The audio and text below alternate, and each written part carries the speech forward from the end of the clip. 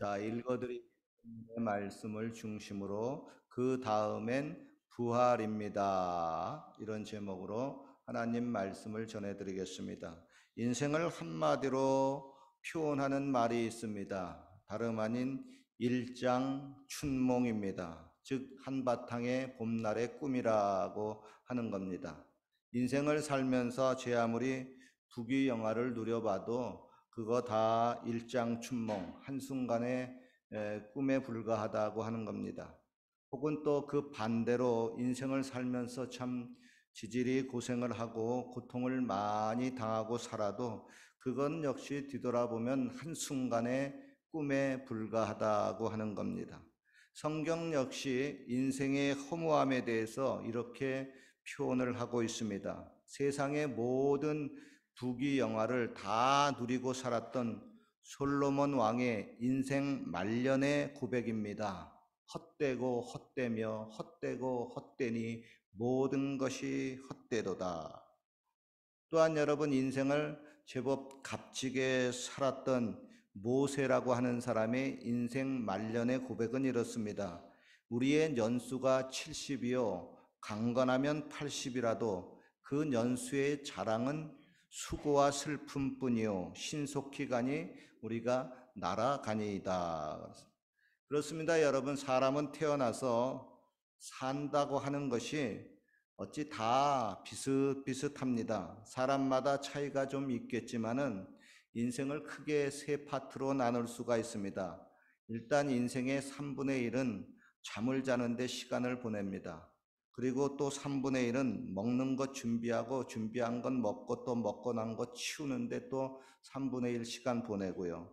그리고 나머지 3분의 1은 일하든지 공부하든지 놀든지 하는데 또 이렇게 3분의 1의 시간을 보내게 됩니다. 그러다가 가는 겁니다. 어디로 갈까요? 이에 대해서 철학적으로 깊이 생각하고 이런저런 토론하면서 인생의 시간 낭비할 필요 조금도 없습니다. 그냥 성경에 답이 나와 있습니다.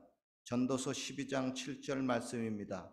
흙은 흙에서 왔으니 흙으로 돌아가고 영은 하나님께로 왔으니 하나님께로 돌아가리라 그랬습니다. 즉 우리 인간의 몸, 육체는 흙으로 지어졌기 때문에 죽어서 다 한 줌의 흙으로 돌아갑니다. 그런데 우리의 몸 안에 계신 영혼은 하나님께로부터 왔기 때문에 그 영혼은 하나님께로 돌아갑니다. 그리고 그렇게 하나님께로 돌아간 영혼은 어떻게 될까요? 이것도 깊이 생각할 필요 없습니다. 성경에 그냥 답이 다 나와 있습니다. 예수님을 믿어서 자신의 죄 사함을 받은 영혼은 예비된 천국에 들어갑니다. 그리고 예수님을 믿지 못해서 죄 사함을 받지 못한 영혼은 형벌의 처소인 지옥에 가게 됩니다. 그렇기 때문에 저와 여러분의 인생을 살면서 가장 중요한 일은 바로 너와 내가 예수님을 구세주로 믿는 겁니다. 그리고 아직까지 믿지 못한 영혼들을 예수님께로 데리고 와서 그들을 예수님 믿게 하는 겁니다. 즉 전도하는 겁니다. 이 정도 사실만 저와 여러분들이 깨닫고 실천하고 산다면은 언제 어느 순간에 자신에게 죽음의 순간이 다가와도 인생에 그리 큰 후회될 것이 없습니다.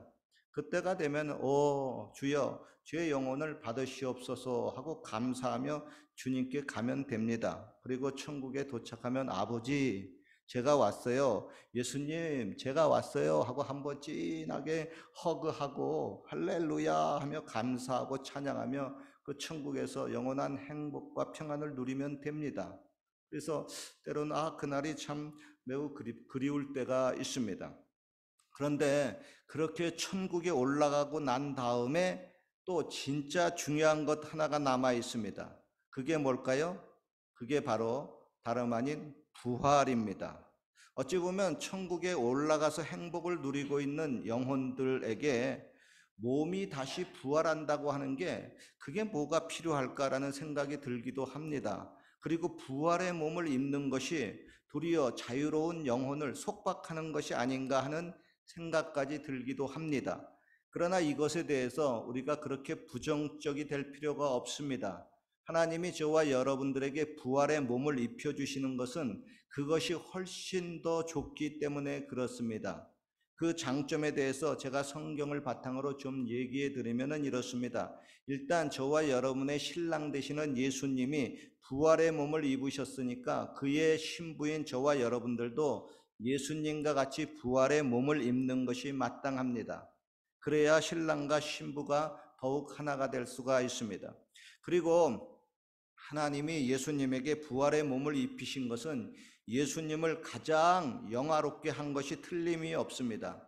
그리고 우리들에게도 나중에 부활의 몸을 입혀주시는 것도 저와 여러분들을 영화롭게 하려고 하는 것이지 우리의 영혼을 속박하려고 하는 것이 결코 아닙니다.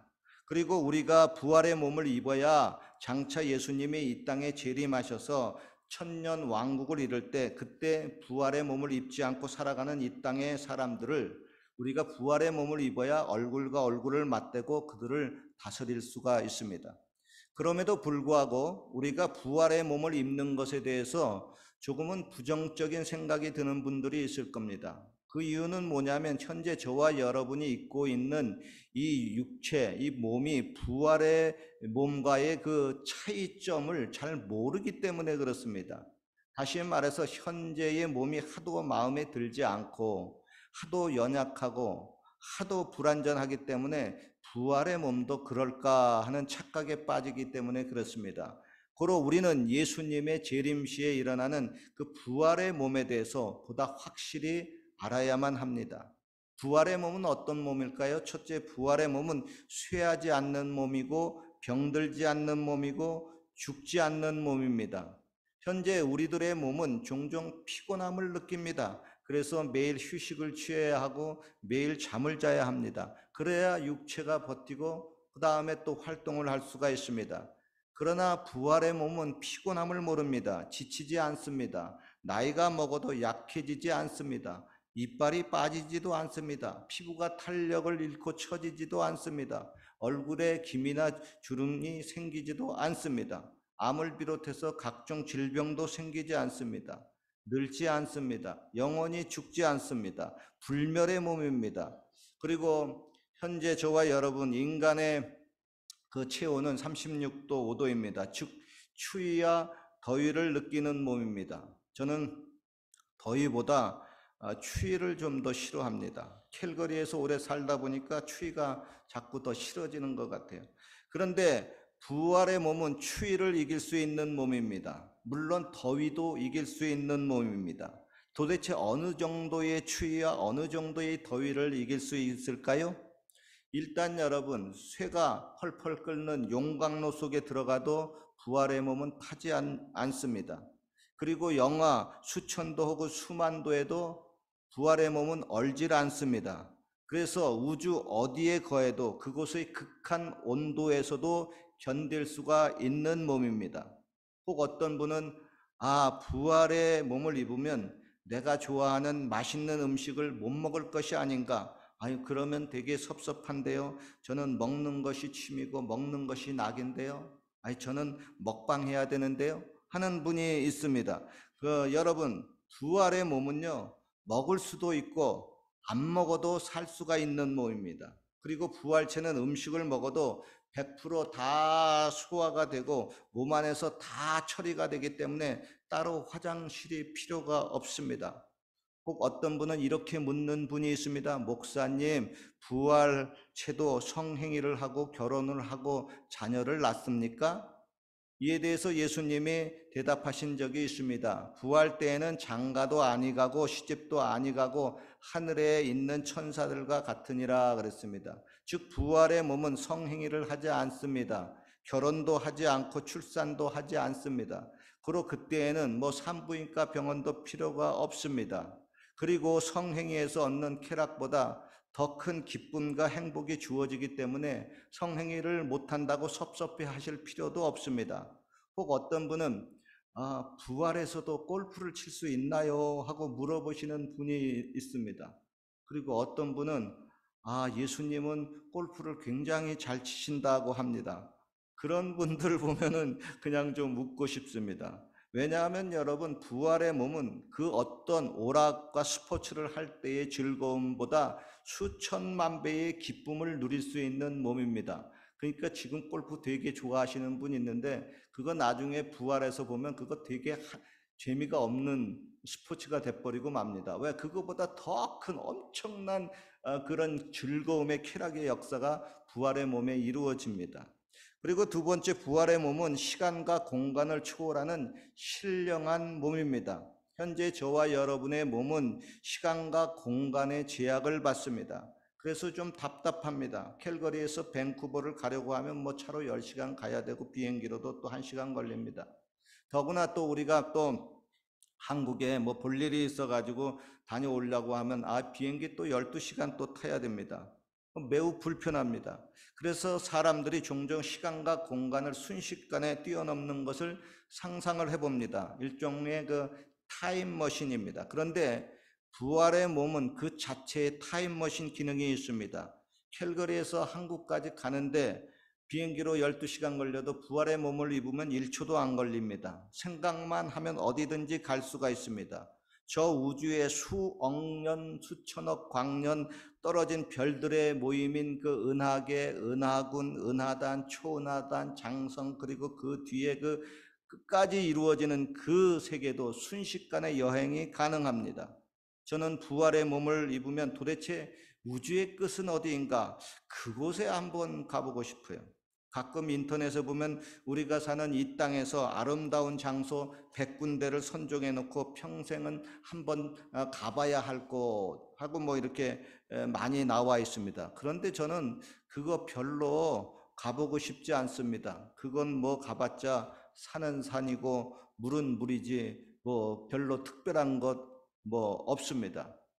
그런데 저는 도리어 부활의 몸을 입고 저 우주의 가장 아름다운 곳 100군데 그런데 한번 가보고 싶습니다. 그래서 부활의 몸을 입었으면 좋겠다 그런 생각이 듭니다. 그런데 어떤 분은 또 이런 걱정을 하시는 분이 있습니다. 목사님, 사람들이 그렇게 부활의 몸을 입고 자기가 원하는 대로 막 마음대로 가면은 그거 프라이버시를 침해하는 문제가 발생이 되고요. 또 경치가 좋은 곳에 부활한 사람들이 다 몰리면 그거 너무 복잡하지 않을까요? 그리고 부활한 사람이 뭐 과거나 미래로 가가지고 역사를 뒤집어 놓으면은 그거 아주 심각한 문제가 발생되지 않을까요? 물론 저도 그런 생각을 가끔 해봐요. 그런데 그거 너무 걱정하지 않아도 됩니다. 하나님이 부활체에도 그 질서라고 하는 시스템을 작동시키십니다. 저 우주의 수많은 별들이 질서 있게 정확하게 운영되도록 만드신 하나님이 부활체에도 서로 충돌하지 않도록 질서 있게 운행하도록 시스템을 설계해 놓으셨습니다. 그리고 여러분, 부활체는 공간의 제약을 받지 않습니다. 부활한 사람들이 많다고 대규모 아파트 단지가 필요하지도 않습니다. 부활 때에는 무슨 평수에 따라서 빈부격차가 생기지도 않습니다. 그리고 부활한 사람들이 뭐 수억 명, 뭐 수십억 명 모이기 위해서 얼마나 큰 장소와 공간이 필요할까요? 성경에 보면은 예수님이 공중 재림하실 때 주 안에서 죽은 자들이 부활의 모습으로 일어나고 그때까지 살아있으면 저와 여러분들이 죽음을 보지 않고 부활체로 변화가 되어서 공중에서 주님을 영접한다고 말씀합니다. 이때 수많은 사람들이 공중 어디에서 예수님을 만나냐는 겁니다. 아마 수십억 명이 모이기 위해서 만나기 위해서는 그 만남의 장소가 어마어마하게 커야 할 텐데 그것이 가능하냐 하는 겁니다. 예, 그것이 가능합니다. 왜냐하면 우리 부활의 몸은 공간을 초월하는 몸이기 때문에 그렇습니다. 생각해 보십시오. 이 성전에 아주 한 줄기 강한 빛이 지금보다 우리가 여기도 환하지만 더 강한 빛이 탁 비치면은 그 빛을 따라서 먼지가 보입니다. 그 먼지의 수가 도대체 얼마나 많습니까? 이 성전에 저와 여러분들 눈에 보이지 않지만 먼지의 그 수가 셀 수 없을 정도로 많습니다. 즉, 이 부활의 몸은 지금 이 성전에도 수십억 명이 모일 수 있는 공간을 그렇게 초월하는 몸입니다. 지금 여기 이 성전은 250명 차면은 꽉 차는 성전입니다. 그런데 이 작은 공간에도 수십억 명이 모일 수 있다고 하는 겁니다. 목사님, 그거 확실합니까? 어떻게 그런 일이 가능합니까? 하고 물으시는 분이 있을 겁니다. 그런 분들에게 제가 물리학을 소개하려고 합니다. 여러분, 요즘 그 인터넷을 찾아보면 우리가 알고 있는 그 물리 법칙을 초월하는 신비한 물질들이 상당히 많이 있습니다. 그리고 이 세상의 물리 법칙을 초월하는 신비한 것들이 우주에서 계속해서 발견되고 있습니다. 그렇습니다. 우리 부활의 몸은 물리 법칙을 초월하는 몸입니다. 그래서 부활의 몸은 공간이라고 하는 이 물리 법칙도 추월합니다. 성경에 보면 예수님이 부활의 몸을 입고 제자들이 모인 장소에 갑자기 나타나셨습니다. 분명히 문을 잠갔습니다. 밖에 인기척도 없었습니다. 그런데 예수님이 그냥 쓱 하고 나타나신 겁니다. 예수님이 공간을 초월한 부활의 몸을 입었기 때문에 가능합니다. 그리고 어떤 분은 이렇게 묻습니다. 목사님, 그때가 되면 우리들의 IQ가 상당히 높아지겠죠? 그렇습니다. 부활의 몸을 입으면 지금의 지혜와 지식과는 비교가 안 될 정도로 IQ가 높아집니다. 예를 들면 성경에 나오는 과거의 사람들, 아브라함, 이삭, 야곱, 요셉, 이 사람들 우리가 한 번도 얼굴 보지 못했지 않아요? 그런데 부활의 몸을 입으면 그거 탁 알아봅니다. 그리고 아무도 성경에 보면은 알지 못했던 그런 사람들의 이름도 막 나오잖아요. 족보에 보면 그런 사람들도 당신이 그런 사람, 그 사람이구나 하고 탁탁탁탁탁탁 알아봅니다. 요즘 인공지능 보면은 갖다 대면 답이 착착착착 나오잖아요. 그때 저와 여러분의 그 지혜와 그 지식의 수준이 지금 아무리 발달된 인공지능보다 더 뛰어난 그런 몸을, 그런 IQ를 갖게 되는 겁니다. 그러니 부활의 몸의 지혜와 지식이 너무 엄청납니다. 물론 우리 예수님 한 번도 안 보았지만 째까닥 알아봅니다. 부활체는 그만큼 깨닫고 인식하는 능력이 높아지기 때문에 그렇습니다. 그래서 지금 우리가 아무리 설명해줘도 이해하지 못하는 것들을 그때가 되면 스스로 알아서 탁탁탁탁 깨닫습니다. 성경에 보면은 풀어지지 않는 그런 궁금한 사항도요, 그때는 따로 설명해 주지 않아도 다 알 수가 있습니다. 그리고 여러분, 또 부활의 몸은 죄를 이기는 영화로운 몸입니다. 예수님이 겟세마네 동산에서 기도하실 때 제자들은 피곤해서 잠만 잤습니다. 그러자 예수님이 제자들에게 말씀합니다. 얘들아, 나와 같이 1시간 동안 깨어서 기도할 수 없느냐? 너희가 마음에는 원이로되 육신이 약하도다 그랬습니다. 제자들은 예수님을 도와서 같이 깨어서 기도하고 싶었어요. 그런데 몸이 따라주지 않는 겁니다. 우리들도 이런 경우가 참 많습니다. 예수님을 믿고 술, 담배도 끊고 각종 나쁜 죄의 습관도 끊어보려고 합니다. 며칠간을 잘 참고 끊었어요. 그런데 어느새 또다시 슬그머니 그런 습관이 나오는 겁니다. 아이고, 이 녀석아, 너 또 왜 그러니 하고 또 자책합니다. 자기의 마음에는 그런 잘못된 습관과 죄의 모습들을 끊어버리고 좀 더 성결하고 거룩하게 살고 싶은데 육신이 따라주지 않는 겁니다. 왜냐하면 마음은 죄를 이길 수 있어도 육체가 죄를 이기지 못하기 때문에 그렇습니다. 그러나 여러분, 부활의 몸은 죄를 이길 수 있는 몸입니다. 그때에는 죄를 지으면서 이고 마음에는 원이로되 육신이 약하도다 하는 그런 자책의 말이 사라지고 맙니다. 왜냐하면 죄를 이기는 영화로운 몸이기 때문에 육체와 마음이 따로 놀지 않습니다. 마음도 영화로워지고 육체도 같이 영화로워졌기 때문에 그렇습니다. 우리 크리스찬의 최종 목표는 바로 이런 영화로운 몸, 부활의 몸을 입는 것입니다. 즉 부활은 구원의 최종 완성입니다. 우리보다 먼저 죽어서 천국에 올라간 분들의 영혼은 그들의 영혼은 구원은 받았지만 육체의 구원은 아직 완성되지 않았습니다. 고로 산자나 죽은 자나 우리 모두는 예수님의 재림의 날을 학수고대합니다. 왜냐하면 바로 그날이 육체의 구원도 완벽히 이루어지는 부활의 날이기 때문에 그렇습니다. 그리고 우리는 부활을 생각하면 기분이 매우 좋습니다. 부활을 상상만 해도 즐겁고 행복합니다. 가끔 사람들 중에 복권에 당첨되어서 억만장자가 되는 상상을 합니다. 그 돈으로 자기가 생각하고 바라는 것을 다 해보고 싶은 그런 알찬 꿈을 꿉니다. 그러나 여러분 아시죠? 그거 다 개꿈입니다. 그거 꽝입니다. 거의 다. 그건 nothing입니다. 혹 재수족게 여러분 당첨이 되어서 그 큰 돈으로 세상에서 부귀영화를 누리고 살아도 잠시 후면 끝납니다. 뭐라고요? 일장춘몽입니다. 이거 너무너무 인생이 허무합니다. 그러나 저와 여러분의 부활의 꿈은 결코 헛된 꿈이 아닙니다. 저와 여러분에게 확실하게 일어날 역사적 사건이 될 것입니다. 그때가 언제일까요? 그때가 예수님의 공중 재림하실 때입니다.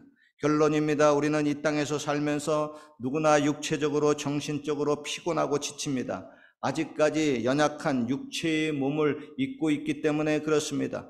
그러나 잊지 마십시오. 우리에게는 찬란하고 희망찬 부활이 기다리고 있습니다. 그때에는 하나님의 약속하신 모든 것이 다 완성되는 날입니다. 그때에는 또다시 이런 메아리가 울릴 것입니다. 다 이루었다. 이전 것은 지나갔으니 보라 새 것이 되었도다.